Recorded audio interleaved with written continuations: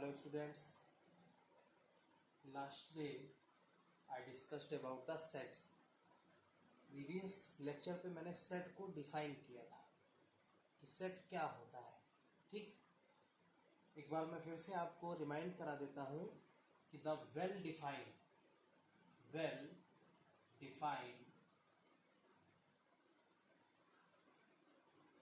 Defined collection of the objects या कह लो elements और the members is called the set. यानी कि ऑब्जेक्ट्स का जो वेल डिफाइंड कलेक्शन होता है उसको कहते हैं सेट. ये चीज़ मैंने डिफाइन कर दी थी. इसके बाद वेल डिफाइंड का जो मीनिंग है वो भी मैंने उस लेक्चर में डिफाइन किया था. इसके बाद मैंने सेट्स के रिप्रेजेंटेशन के 2 टाइप्स बताए थे. टाइप्स किसके टाइप्स? रिप्रेजेंटेशन ऑफ सेट्स के रिप्रेजेंटेशन के 2 टाइप्स बताए थे. फर्स्ट टाइप था रोस्टर और टेबुलर और सेकेंड टाइप था सेट बिल्डर. ये दोनों क्या थे? सेट को 2 टाइप से रिप्रेजेंट कर सकते हैं. जिन 2 टाइप से सेट को रिप्रेजेंट कर सकते हैं उनमें से एक टाइप था सेट रोस्टर और टेबुलर फॉर्म, और जो सेकेंड टाइप था वो था सेट बिल्डर फॉर्म. रोस्टर या टेबुलर फॉर्म को मैं आपको याद दिलाता हूँ एक बार फिर से. जैसे आपको नेचुरल नंबर का सेट लिखना है, मान लीजिए हमने इसको ए से रिप्रेजेंट किया और इसमें नेचुरल नंबर हो गई 1 2 3 4. ये कौन सी नेचुरल नंबर है? Less than 5. यानी लेस देन 5 जो नेचुरल नंबर्स हैं उनका सेट क्या है? 1 2 3 4. और सेट को रिप्रेजेंट इन्हीं कर्ली ब्रैकेट के ही अंदर सेट लिखते हैं, यानी ये जो ब्रैक्स हैं इन्हीं में सेट को हमेशा रिप्रेजेंट करते हैं. ठीक है, तो ये सेट कौन सा हो गया? Set of natural number less than 5. इसी को हमने सेट बिल्डर फॉर्म में कैसे बताया था? उसमें आपको दोनों में बेसिक डिफरेंस क्या है? जो ये वाली फॉर्म है टेबुलर या रोस्टर, इसमें जितने भी एलिमेंट होते हैं वो सारे एलिमेंट क्या किए जाते हैं? रिटन होते हैं, लिखे जाते हैं. जैसे लेस देन 5 जो नेचुरल नंबर्स हैं वो 4 है, तो 4 सारी ये लिखी हुई है. यहाँ पे जो सेट बिल्डर फॉर्म है दूसरे टाइप का, उसमें आपको सारे एलिमेंट लिखने नहीं होते हैं. मीन्स जैसे हमने ऐसे लिखा x फिर colon x is a natural number less than 5. मैंने क्या लिखा? x फिर x is a natural number less than 5. Means इस सेट बिल्डर फॉर्म में जो एलिमेंट होता है उसकी प्रॉपर्टी लिखी जाती है. प्रॉपर्टी मीन्स कि इसमें जितनी भी नेचुरल नंबर है वो ऐसी नेचुरल नंबर है जो लेस देन 5 है. ठीक है, अब देखो इसको रीड कैसे करते हैं. ये जो ब्रैक्स हैं उनको पढ़ते हैं द सेट ऑफ ऑल, यानी the set of all x, और इन कोलन को पढ़ते हैं सच दैट. तो कैसे पढ़ेंगे? The set of all x such that x is a natural number less than 5. इसका मीनिंग क्या हुआ कि इसमें इस सेट में वो मेंबर होंगे, वो नेचुरल नंबर्स होंगी जो लेस देन क्या होंगी? 5 होंगी. तो ये टाइप्स थे 2 टाइप्स. किस चीज के टाइप्स? रिप्रेजेंटेशन के टाइप. किसका रिप्रेजेंटेशन? सेट का. ओके, अब आज आपको न्यू जो लास्ट लेक्चर में नहीं था, टाइप्स ऑफ सेट. जो टाइप्स ऑफ सेट है उसमें सबसे पहले हम आपको सिखाते हैं इम्पटी सेट.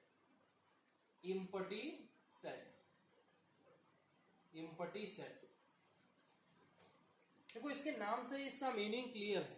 इम्पटी सेट का मीनिंग वो हुआ जिस सेट में कोई भी, वैसे तो सेट हमने क्या पढ़ रखा है कि कलेक्शन होता है. किसका कलेक्शन? एलिमेंट्स का. वेल डिफाइंड एलिमेंट्स का कलेक्शन. वेल डिफाइंड कलेक्शन है किसका? एलिमेंट्स का. उसको क्या कहते हैं? सेट. और यहाँ पे इम्पटी सेट की बात कर रहा है. इम्पटी मीन्स उसमें कोई भी एलिमेंट नहीं होगा. यानी इसकी डेफिनेशन क्या है? अ set which does not contain any element is called the empty set, meaning ऐसा सेट जिसमें कोई भी एलिमेंट ना हो उसको कहते हैं एम्प्टी सेट। और इसको रिप्रेजेंट किससे करते हैं? फाई से। This is the representation of empty set. या तो ऐसे लिखेंगे एम्प्टी सेट को, फाई बोलते हैं इसे, फाई, और या फिर इसका ये रिप्रेजेंटेशन है, मीन्स ब्रैकेट्स बना देना है, ब्रैकेट बना देना है और अंदर आपको इसके लिखना कुछ नहीं है। तो ये टू वेज हैं रिप्रेजेंटेशन के, किसको रिप्रेजेंट करने के? एम्प्टी सेट को रिप्रेजेंट करने के, ठीक है। और इसके टू नेम और है, इस एम्प्टी सेट को नल सेट भी बोलते हैं, NULL, नल सेट। और इसी एम्प्टी सेट को वॉइड सेट भी कहते हैं, VOID, वॉइड सेट। तो टू नेम और कौन कौन से हैं? नल सेट और वॉइड सेट। मैं एक बार फिर डेफिनेशन बोल दूं कि a set which does not contain any element is called the empty set. It is denoted by phi or this, यानी ये दो सिंबल है रिप्रेजेंट करने के, किसको? एम्प्टी सेट को। इस एम्प्टी सेट को नल सेट या वॉइड सेट भी कहते हैं। अब इसका हम एक एग्जांपल देते हैं, मींस ऐसा सेट जिसमें कोई भी क्या हो? एलिमेंट ना हो। मैंने जैसे लिखा A X, फिर X is a natural number, और आगे X is greater than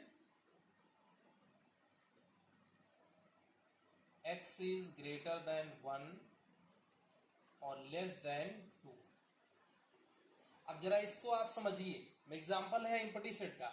मैंने लिखा A इज इक्वल टू, फिर ब्रैकेट्स, यानी the set of all X, और X है क्या? X is a natural number. और कैसी नेचुरल नंबर? जो 1 से ग्रेटर देन है और 2 से लेस देन है। अब आप जरा समझो, नेचुरल नंबर क्या होती है? 1 2 3 डॉट डॉट ऐसे होती है ना। तो क्या 1 और 2 के बीच में कोई और नेचुरल नंबर है?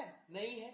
और यहाँ क्या कह रहा? X ऐसी नेचुरल नंबर है जो 1 से ग्रेटर देन है बट 2 से लेस देन है, यानी कि ऐसी कोई भी नेचुरल नंबर एग्जिस्ट नहीं करती है जो X से ग्रेटर देन हो बट 2 से लेस देन हो, जो 1 से ग्रेटर देन हो और 2 से लेस देन हो। यानी कोई भी ऐसी नेचुरल नंबर नहीं है जो 1 से ग्रेटर हो और 2 से लेस हो। ओके, इसका मतलब ये X की कोई ऐसी वैल्यू ही नहीं है जो 1 से, यानी कोई नेचुरल नंबर ऐसी नहीं है X जो 1 से ग्रेटर और 2 से लेस हो। इसका मतलब इसमें कोई भी एलिमेंट नहीं होगा। This is the empty set. एक और एग्जांपल आपको देते हैं। मान लीजिए B कोई सेट है, X is a student studying in class 8th and 9th। मैंने क्या लिखा? B कैसा सेट है? X कैसी वैल्यू है? X is a student studying in class 8th and 9th। और आगे इसमें एक बार और जोड़ दीजिए, टुगेदर। इट मीन्स, क्या मीनिंग इसका हुआ कि X कोई ऐसा स्टूडेंट है जो एक साथ 8th और 9th दोनों ही क्लासेस में रीड कर रहा है। क्या ये पॉसिबल है कि एक ही स्टूडेंट साइमल्टेनियसली, मतलब एक ही साथ दो क्लासेस में हो, वो 8th में भी हो और 9th में भी हो? ये नहीं पॉसिबल है। इसका मतलब X ऐसी कोई भी नंबर एग्जिस्ट नहीं करेगी जो कहाँ हो? 8th और 9th दोनों का स्टूडेंट हो। सो ये भी कैसा सेट हो गया? एम्प्टी सेट हो गया। मीन्स जो कंडीशन दी है उस हिसाब से X कोई भी ऐसी वैल्यू नहीं मिलेगी जो 8th और 9th दोनों ही क्लासेस में। तो एम्प्टी सेट समझ गए। एम्प्टी सेट के बाद अब आपको पढ़ना है फाइनाइट। अच्छा, एम्प्टी के बाद एक चीज और यहीं पे समझ लीजिए कि अगर सेट एम्प्टी नहीं है तो उसमें कुछ न कुछ एलिमेंट होंगे।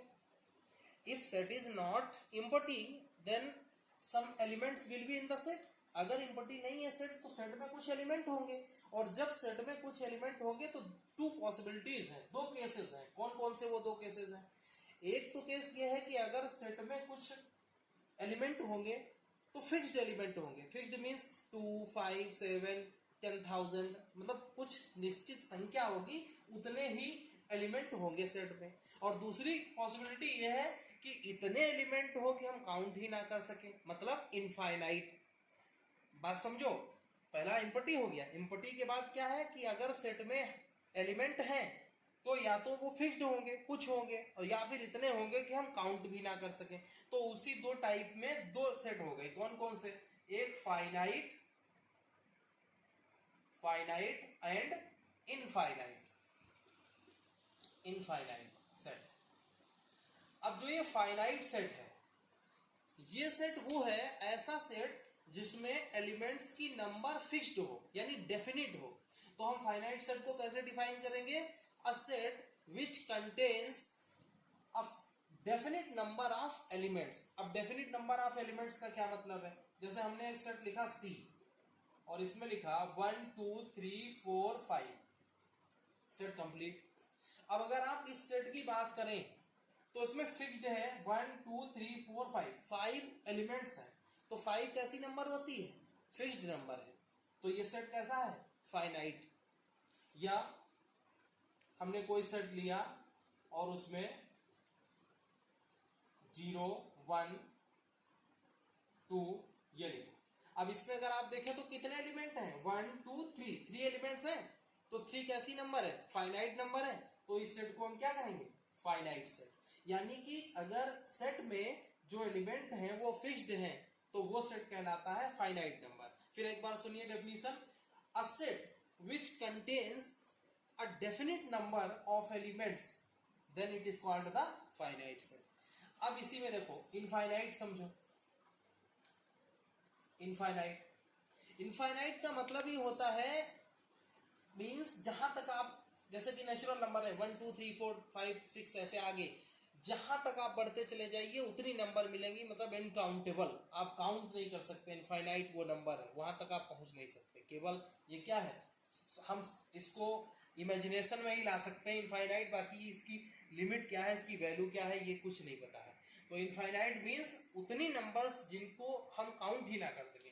जैसे नेचुरल नंबर का सेट लिखा, केवल नेचुरल नंबर नहीं, ऑल नेचुरल नंबर्स। जब ऑल नेचुरल नंबर्स की बात करेंगे तो 1 2 3 4 डॉट डॉट डॉट, यहाँ पे केवल रिप्रेजेंटेशन में अगर आप देखें तो 3 डॉट्स सफिशिएंट होते हैं। 3 डॉट्स बना दो मतलब ये प्रोसीड करता आगे तक जा रहा है।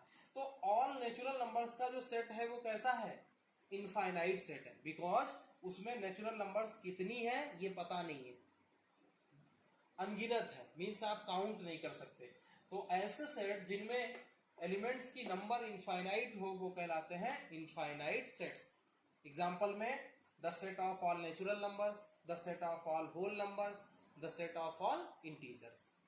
अब एक चीज यहीं पे, जैसे कि जब सेट फाइनाइट होगा, जैसे कि हमने अभी लिखा था A 1 2 3, B कोई सेट ले लिया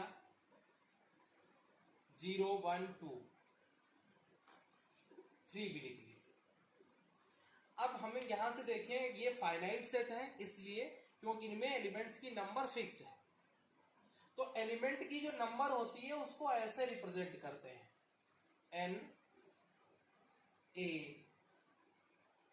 is equal to, n a का मीन्स है a यहां पे सेट है। अब n मीन्स कोई नेचुरल नंबर होगी, कोई नेचुरल नंबर्स वो नेचुरल नंबर जितने इसमें एलिमेंट होंगे।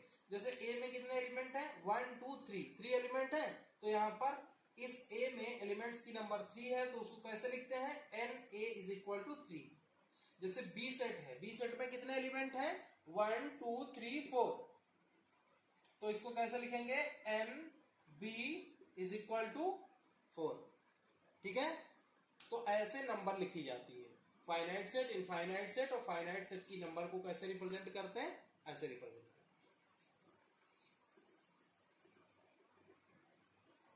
यहीं पे एक और चीज बता दूं मैं इनफाइनाइट सेट से रिलेटेड। आप अपने दिमाग में रोस्टर और टेबुलर फॉर्म और सेट बुल्डर फॉर्म दोनों को रखिए। जो इनफाइनाइट सेट है, इनफाइनाइट सेट, सारे इनफाइनाइट सेट्स को हम रोस्टर फॉर्म में नहीं लिख सकते। कैसे? जैसे नेचुरल नंबर का मान लीजिए सेट था, तो उसको हमने रोस्टर फॉर्म में लिख लिया। मैं रोस्टर फॉर्म एक बार फिर आपको याद दिला रहा हूँ, रोस्टर फॉर्म जो होती है सेट की, उसका मतलब उसमें सारे एलिमेंट्स लिखे जाते हैं। तो जैसे 1 1 2 3 डॉट डॉट डॉट डॉट, ये इसका मतलब हो गया इसमें सारे नेचुरल नंबर है। ये रोस्टर फॉर्म में लिखा हुआ है नेचुरल नंबर का सेट। होल नंबर का अगर आपको सेट लिखना है तो 0 1 2 डॉट डॉट डॉट, ये किसका हो गया, ये किसका सेट हो गया, होल नंबर्स का। लेकिन अगर आपको यही कहना हो कि रियल नंबर का सेट आप रोस्टर फॉर्म में लिखो, तो ऐसा तो नहीं है कि केवल नेचुरल नंबर ही रियल नंबर होती है जो आप 1 2 3 4 लिख देंगे। ऐसा भी नहीं है कि केवल होल नंबर्स रियल नंबर होती हैं जो आप 0 1 2 3 4 डॉट डॉट लिख देंगे। ऐसा नहीं है। रियल नंबर्स में तो रेशनल नंबर भी होती है। जैसे ये वैल्यू क्या है, रियल है, ये वैल्यू क्या है, रियल है, ये वैल्यू क्या है, रियल है। तो ये जब सब रियल है तो कोई पैटर्न नहीं बनेगा लिखने का। रियल नंबर में कोई एक फिक्स्ड पैटर्न नहीं बनेगा। जैसे नेचुरल नंबर में 1 2 3 4 डॉट डॉट, होल में 0 1 2 3 4 डॉट डॉट, ऐसे रियल नंबर में कोई पैटर्न, फिक्स्ड पैटर्न नहीं बन रहा है इसको लिखने का। तो इसका मतलब हम इसको नहीं लिख सकते किस फॉर्म में, रोस्टर फॉर्म में। तो यहां से एक ये नोट करने वाली बात ये मिली क्या, कि all the infinite set can not be represented in roster form. ठीक है। अब इसके बाद एक चीज मैं और बता दूं सेट्स के बारे में, कि जनरली सेट्स में चीजें रिपीट नहीं होती। जैसे मान लीजिए हमने 2 1 2 लिखा, ये भी सेट है, इसमें 2 रिपीट है, और ये भी सेट है, 2 1 लिखा है, ये दोनों इक्वल सेट है।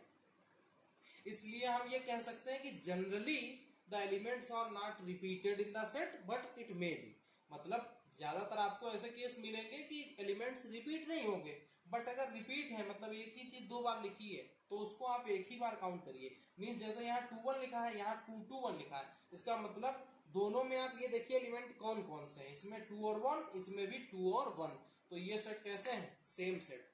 ठीक है। और एक चीज बता दें, एक तो ये रिपीट वाली बात हो गई, दूसरी जैसे मान लीजिए आपने कुछ लेटर लिखे, ए बी सी, ठीक, और आपने एक सेट लिखा बी, उसमें सी बी, या दूसरा नहीं इसी को लिख लो, ए को बी सी ए। ये हमारा यहाँ पे एक्सप्लेन करने का मीन्स ये है कि अगर सेट में जो एलिमेंट है, जैसे यहाँ ए बी सी था, हमने लिख लिया बी सी ए, तो कोई चेंजेस नहीं है, यानी कि जो इनका ऑर्डर है वो इमैटेरियल है। इमैटेरियल का मतलब वो मैटर नहीं करता, आप चाहे ए को पहले लिखें चाहे बी को, चाहे लेटर अगर वही है जो इसमें है वही सारे लेटर इसमें है, तो कोई चेंज नहीं है। ये ए सेट है, ये भी ए सेट, वही सेम सेट है। ठीक है, यानी कि ऑर्डर और रिपीटेशन का यहाँ पे कोई रोल नहीं। तो हमने क्या बताया, इम्पटी सेट, और फिर फाइनाइट सेट, फिर इनफाइनाइट सेट। ठीक है। अब आप समझिए equal set. Equal sets, equal sets क्या होते हैं, अगर एक सेट मान लीजिए कोई ए है और दूसरा सेट बी है, तो हम इनकी सबसे पहले आपको डेफिनेशन बताते हैं कि इक्वल सेट्स को डिफाइन कैसे करना है। अभी तो हमने केवल सिंबल लिखा, सिंबल मीन्स जैसे ए इज इक्वल टू समथिंग होगा, इसमें कुछ एलिमेंट होंगे, तो ये चीज ये सेट को रिप्रेजेंट करता है। तो यहाँ पे हमने ए लिखा और बी लिखा, ये कोई 2 सेट्स हैं, ये कोई 2 सेट्स हैं ए और बी। तो अगर इसमें जो भी एलिमेंट होंगे वो सारे के सारे एलिमेंट बी में भी हो, फिर इसका वाइस वर्सा कर दीजिए कि जो एलिमेंट बी में है, बी का यानी हर एक एलिमेंट अगर ए में हो, तो ये दोनों सेट इक्वल कहलाते हैं। अब इसी को हम प्रॉपर वे में जैसे डेफिनेशन लिखनी चाहिए इक्वल सेट्स की, वो बोल रहे हैं, सुनिए ध्यान से। If every element of A is an element of set B and every element of set B is an element of set A। फिर सुनो एक बार, if every element of set A is an element of set B and every element of set B is an element of set A, then set A and B are set to be equal. Meaning ये हुआ कि अगर A B दो कोई set है, ए का हर एक element B का एलिमेंट है और बी का हर एक एलिमेंट ए का एलिमेंट है, तो ये दोनों सेट कहलाते हैं इक्वल सेट। जैसे ए मान लीजिए है 1 2 3 और बी है 2 1 1 3 3। अब यहां अभी हमने क्या बताया था, रिपीट हो रहा हो तो कोई मैटर नहीं करता वो। जैसे 1 2 3 3 एलिमेंट ये है, इसमें देखो क्या वो सारे मिल रहे हैं, 1 2 3 मिल रहे हैं। और इसमें कौन कौन से एलिमेंट है, 1 है 2 है और 3 है। यहाँ भी 1 2 3 है तीनों। इसका मतलब जो एलिमेंट ए के हैं वो सारे बी में भी हैं और बी के सारे एलिमेंट ए में भी है। तो इसका मतलब ये हुआ कि ए बी कैसे इक्वल। अब अच्छा इसको लिखते कैसे हैं, अगर ए बी इक्वल है तो लिखेंगे ए इज इक्वल टू बी ऐसे। और अगर ऐसा नहीं है तो ए और बी क्या हो जाएंगे, अनइक्वल सेट। मीन्स अगर ए का कोई भी एलिमेंट बी में नहीं मिला या बी का कोई भी एलिमेंट ए में नहीं मिला तो फिर ए बी इक्वल नहीं रहते, तो फिर हो जाते हैं अनइक्वल। और अनइक्वल को ऐसे लिखते हैं ऐसे, ठीक है। तो ये हो गया इक्वल सेट, अनइक्वल सेट और फाइनाइट, इनफाइनाइट, इम्पटी सेट, ठीक है। ये सारे सेट हो गए। उम्मीद करते हैं कि आप लोग जो ये सेट के टाइप मैंने बताए हैं इनको अच्छे से समझ लिया होगा। और जो एक्सरसाइज एनसीईआरटी की जो एक्सरसाइज है 1.2 वो इन्हीं पे बेस्ड है, इम्पटी सेट और finite set, infinite set, equal set. एक मैं और चीज आपको बात बता दूं, अभी मैंने आपको फाइनाइट सेट बताए थे, फाइनाइट। तो फाइनाइट सेट में मैंने ये कहा था कि अगर कोई फिक्स्ड नंबर है किसकी, एलिमेंट की, किसे सेट की, तो वो फाइनाइट कहलाता है। जैसे ये एक एग्जांपल दिया था मैंने 1 2 3, ये कैसा सेट है, फाइनाइट सेट, क्योंकि इसमें कितने एलिमेंट है, 3, और 3 क्या है, फिक्स्ड नंबर है। जो इम्पटी सेट होता है, जो इम्पटी सेट होता है, इम्पटी सेट, ये भी फाइनाइट होता है। ये भी कैसा सेट होता है, फाइनाइट सेट। ये भी चीज ध्यान रखना, अगर कुछ एलिमेंट हैं 1 2 3 या 4 या जो भी, तो क्या होता है, फाइनाइट सेट कहलाता है। और अगर कोई सेट इम्पटी है तो वो भी फाइनाइट कहलाता है। इसका लॉजिक ये है क्योंकि इम्पटी होने का मतलब उसमें नो एलिमेंट का मतलब एलिमेंट की नंबर कितनी हो गई, 0। और 0 भी कैसी नंबर होती है, डेफिनिट नंबर है, फाइनाइट नंबर है। इसलिए इम्पटी सेट भी कैसा सेट कहलाता है, फाइनाइट सेट। तो आप फाइनाइट के डेफिनेशन में एक चीज और ध्यान रखिएगा, मैंने क्या बताया था, if the number of element of a set is definite और it is empty set, then it is called the finite set. Okay, उम्मीद करते हैं आपको अच्छा लगा होगा। प्लीज स्टूडेंट्स, अगर एक्सप्लेनेशन आपको समझ में आया, अच्छा लगा, तो आप वीडियो को लाइक करें, चैनल को सब्सक्राइब करें और हमारा और अपने स्कूल का नाम रोशन करें, अजमानी पब्लिक स्कूल का नाम रोशन करें। और हमेशा की तरह एक रिक्वेस्ट कि प्लीज़ घर में रहिए, सेफ रहिए, अपने आप को बचाइए, अपनी सोसाइटी को बचाइए। Thank you so much.